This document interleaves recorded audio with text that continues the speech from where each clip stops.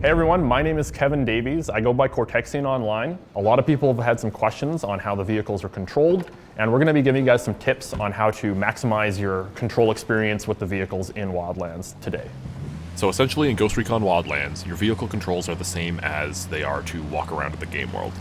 On PC, you've got WA, S, and D to move around, and on controllers, you have your movement joysticks. In both cases, the controls with vehicles are very, very sensitive, so you're going to want to just tap or nudge your controls to actually turn or move the vehicle.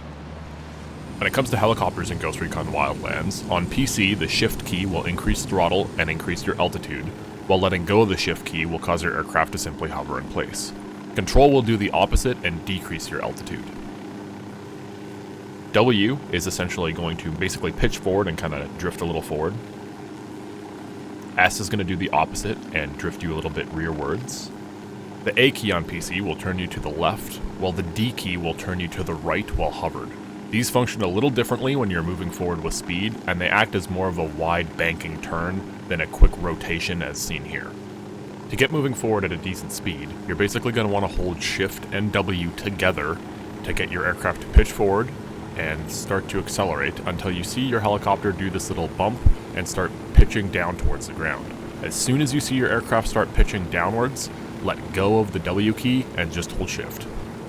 One of the biggest tips I would recommend to you guys in the game to get better at helicopter piloting is to find a road with some curves in it and basically just try and pilot yourself along that roadway without crashing into anything, and basically just trying to follow the contours of the road.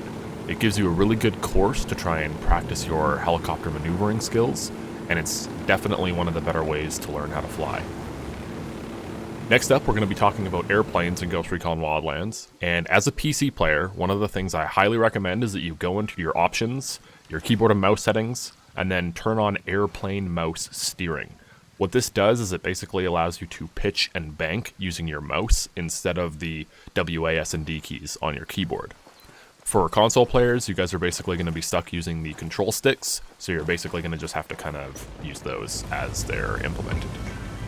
On PC, to accelerate an airplane from standstill, you're going to use the shift key to increase throttle, and then with mouse steering enabled, you can pitch upwards by pulling down or towards you with the mouse.